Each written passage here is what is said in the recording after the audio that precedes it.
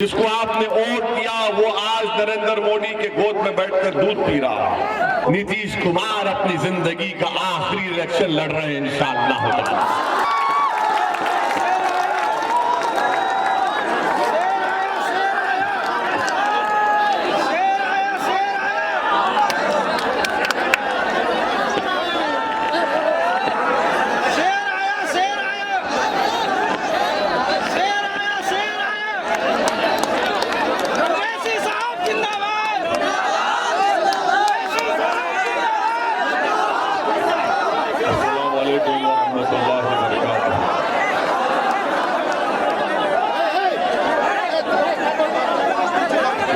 पर तशरीफ फरमा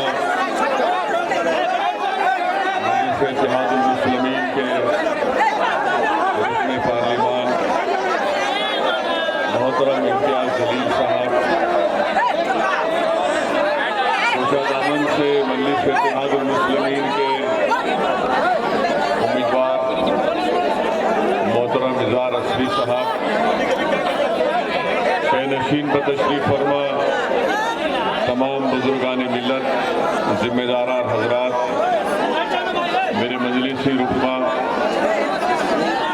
हाज़रीन इकराम, आप तमाम का बेहद शुक्रिया कि आपने आज के इस इंतखाबी जलसे में अपना कीमती वक्त निकाल कर शिरकत की।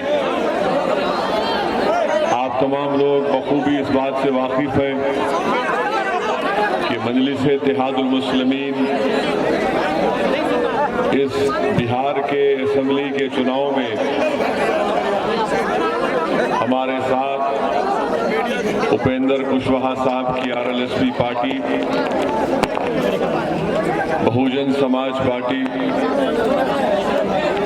और देवेंद्र यादव साहब की समाजवादी जनता दल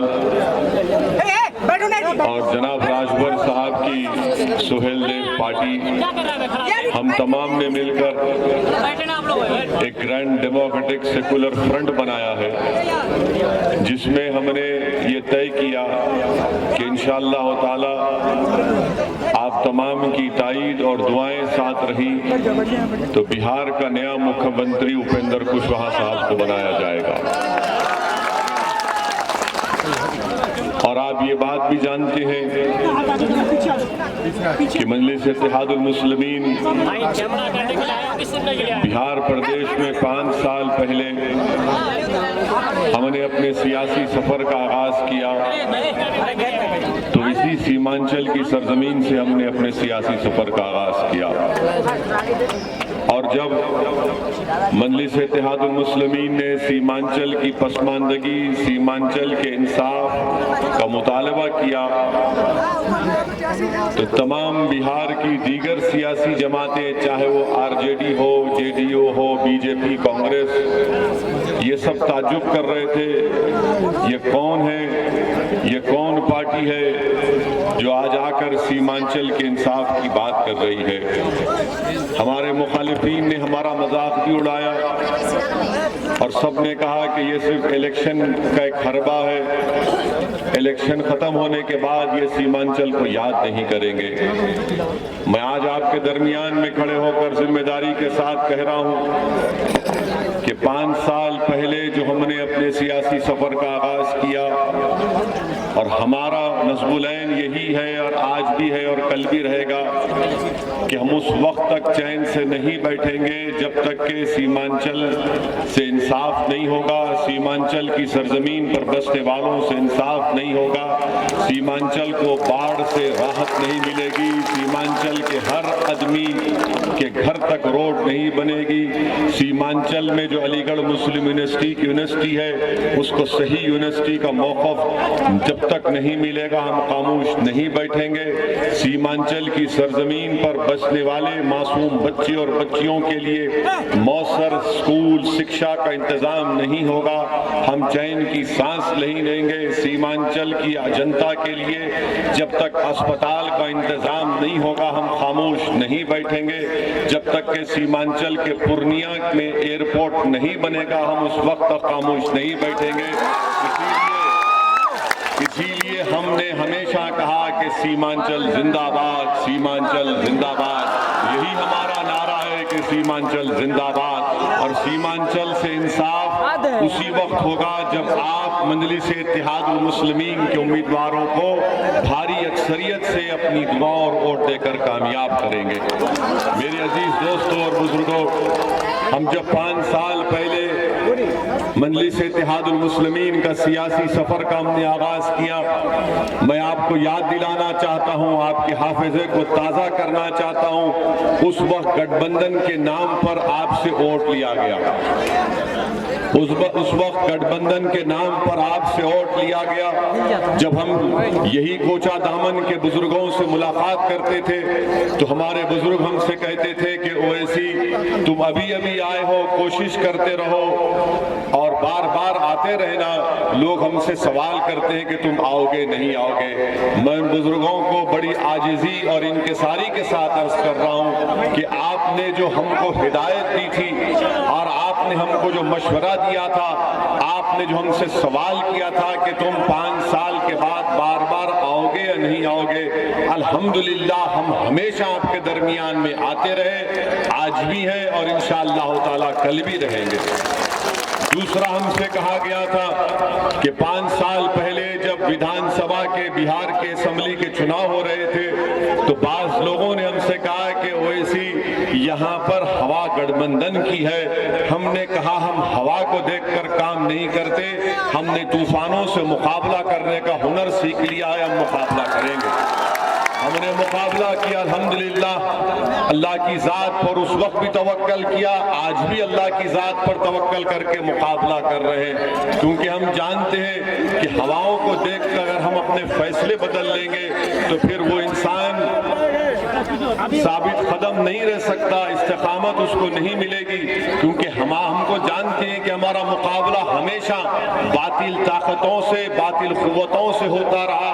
और मैं जानता हूं कि जिस कश्ती में मैं सवार हूं उस कश्ती को साहिल उसी वक्त मिलेगा जब इन तूफानों का मुकाबला करते हुए जाएंगे। इसीलिए मैं आपसे फिर से अपील करने आया हूं कि ये कश्ती आपकी है, ये जमात आपकी है, ये आवाज आपकी है, ये पहचान आपकी है, ये आवाज ओवैसी की है, मगर इसमें जज्बात की तर्जुमानी आपकी तकलीफ की मैं करने की कोशिश कर रहा हूं। इसीलिए हम फिर से आपके दरमियान में आकर आपको याद दिला रहे हैं कि 5 साल पहले जिस जिम्मेदारों ने ये कहकर गठबंधन को वोट दिया था कि बीजेपी को रोकना, आपको याद है ना कि जेडीयू, आरजेडी, कांग्रेस मिलकर आए थे और आकर कहा था कि बीजेपी को रोकना है, मोहन भगवत को हराना है और संघ मुक्त भारत करना है। मैं आपको आज याद दिला रहा हूं, मैं कोई गुरूर और तकब्बुर के तौर पर नहीं बल्कि आपको याद दिला रहा हूं। मुझे कोचा दामन में कई जलसे करने का मौका अल्हम्दुलिल्लाह मिला। मैंने हर जलसे में आपको याद दिलाता रहा कि मेरी बात जहन नशीन कर लो, इलेक्शन के बाद नीतीश कुमार नरेंद्र मोदी के गोद में बैठ जाएगा।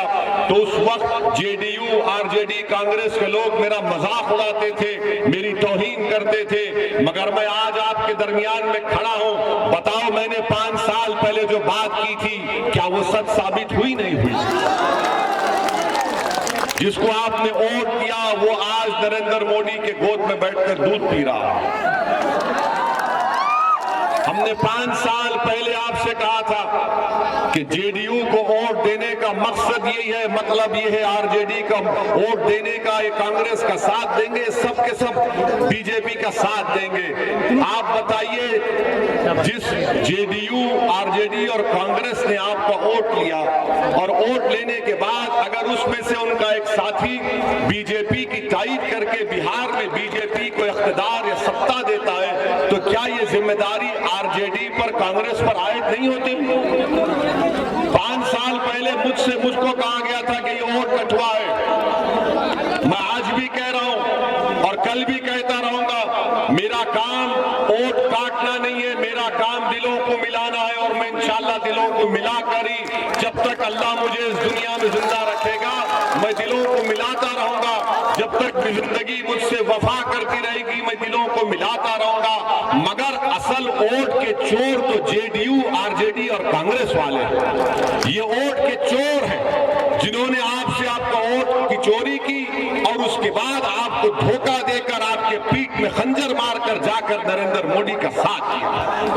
क्या ये जिम्मेदारी आरजेडी कांग्रेस की नहीं है? बताओ, इनके पास क्या जवाब है? इसका कोई जवाब नहीं है। हम सीमांचल की पसमानदगी की लड़ाई लड़ रहे हैं और हम आपसे कह रहे हैं कि इजहार अस्वी को इंशाअल्लाह ताला आप कामयाब करेंगे।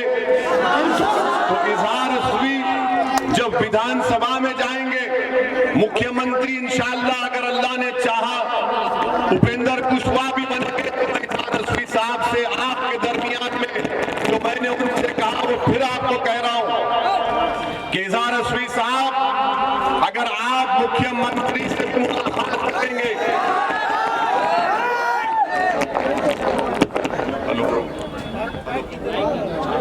अगर आप मुख्यमंत्री से भी चीफ मिनिस्टर से मुलाकात करेंगे,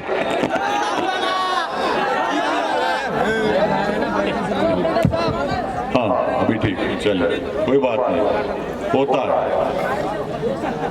हमारी आवाज को कोई नहीं रोक सकेगा इंशाअल्लाह।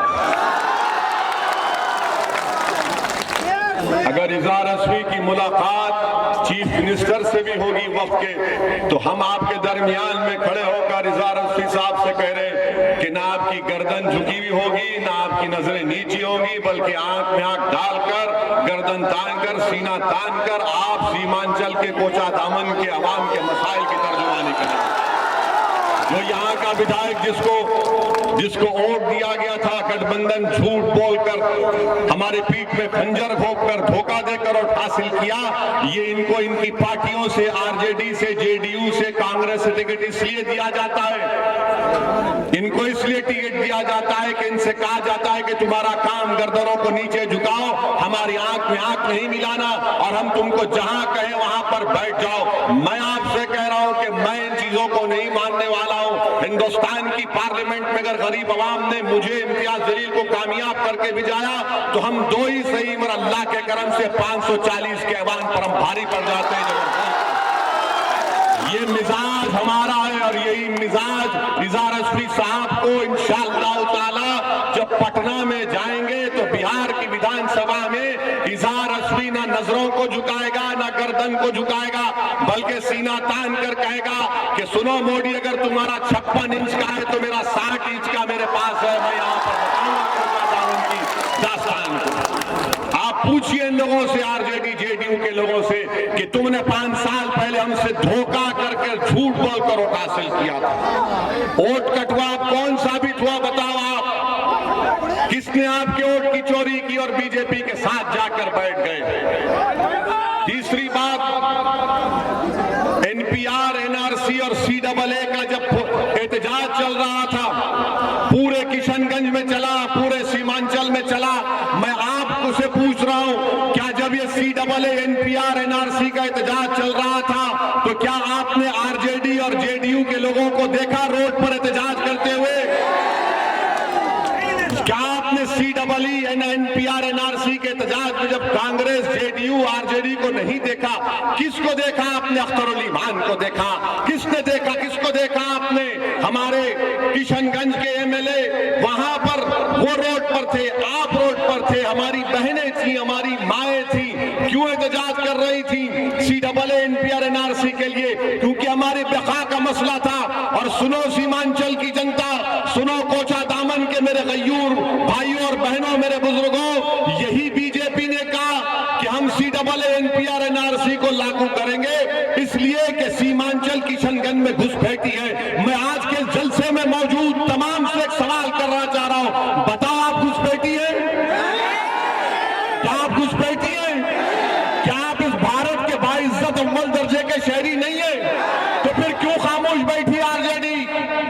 क्यों खामोश बैठी जेडीयू, जब आरएसएस, बीजेपी से तमाम सीमांचल की जनता की बेइज्जती की जा रही थी? किसने उनको मुंह तोड़ जवाब दिया? मजलिस इत्तेहादुल मुस्लिमीन ने उनको मुंह तोड़ जवाब दिया। टीवी पर पार्लियामेंट में उन्होंने खड़े होकर कहा कि किसने कहा तुमसे कि सीमांचल में घुसपैठी है? अरे ये वो लोग गयूर लोग हैं जिन्होंने पाकिस्तान के पैगाम को ठुकराया, जिना के पैगाम को ठुकराया, तुम्हारी नाइंसाफी को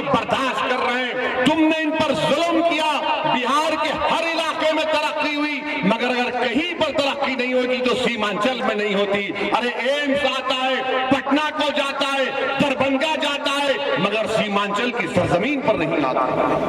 एक एक चीज की अगर मैं दास्तान बयान करना शुरू करूं तो बहुत लंबा वक्त लग जाएगा। मगर ये लड़ाई आपकी लड़ाई लड़ रहे हैं, ये आपकी लड़ाई है, आपके बच्चों के मुस्तकबिल की लड़ाई है, इन बच्चों की तालीम की लड़ाई लड़ रहे हैं।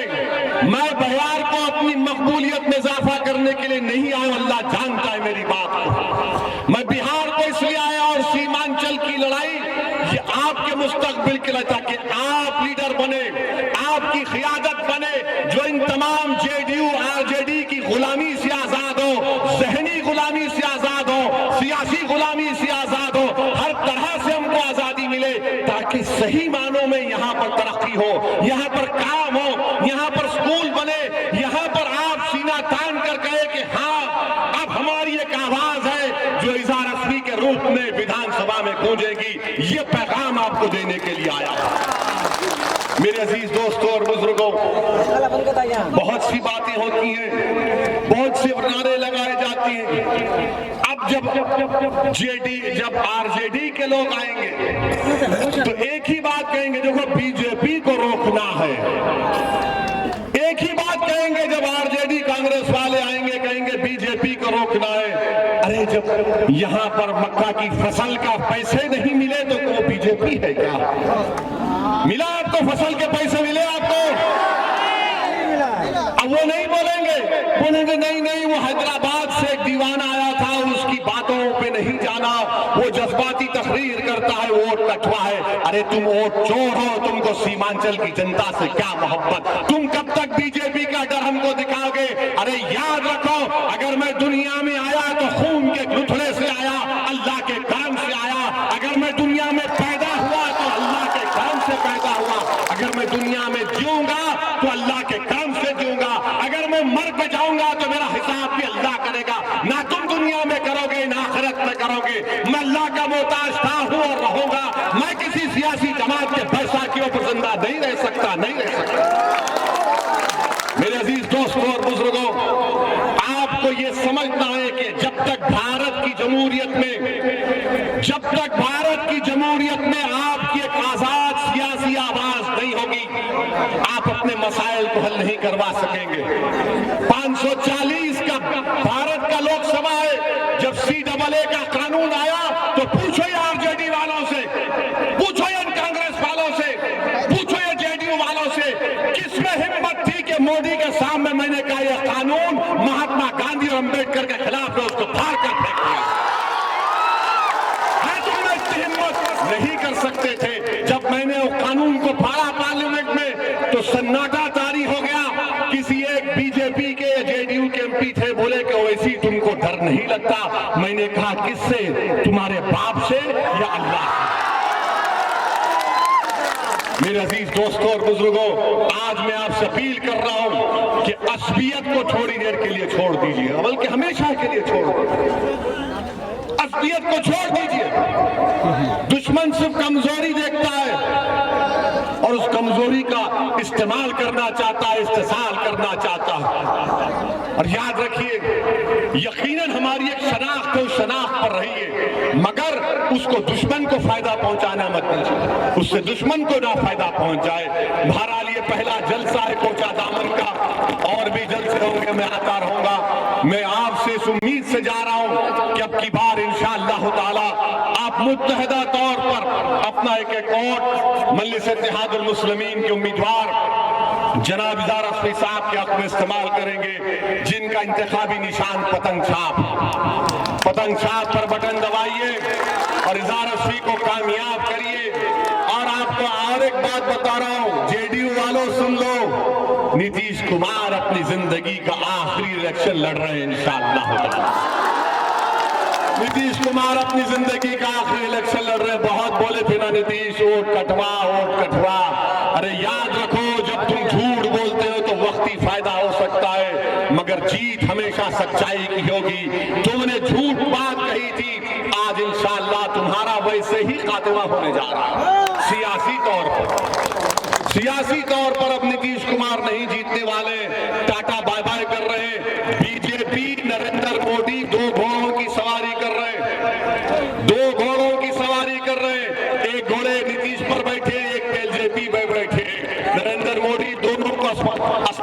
बन के दूल्हा बनना चाहते हैं, मगर हम ये होने नहीं देंगे। बहरहाल मेरे अजीज दोस्तों और बुजुर्गों, मेरी इज्जतदार माँ और बहनों, मैं आपसे अपील कर रहा हूँ कि मजलिस इत्तेहादुल मुस्लिमीन के हक में अपना वोट देकर कामयाब करिए। हमारी लड़ाई सीमांचल की है, बिला लिहाज बतौर मिल्लत हम सीमांचल की तरक्की के लिए काम करेंगे, इंसाफ की लड़ाई लड़ेंगे और इसमें आपके वोट, आपके ताउन की बेहद जरूरत है। अस्सलाम वालेकुम व रहमतुल्लाहि व बरकातुहू।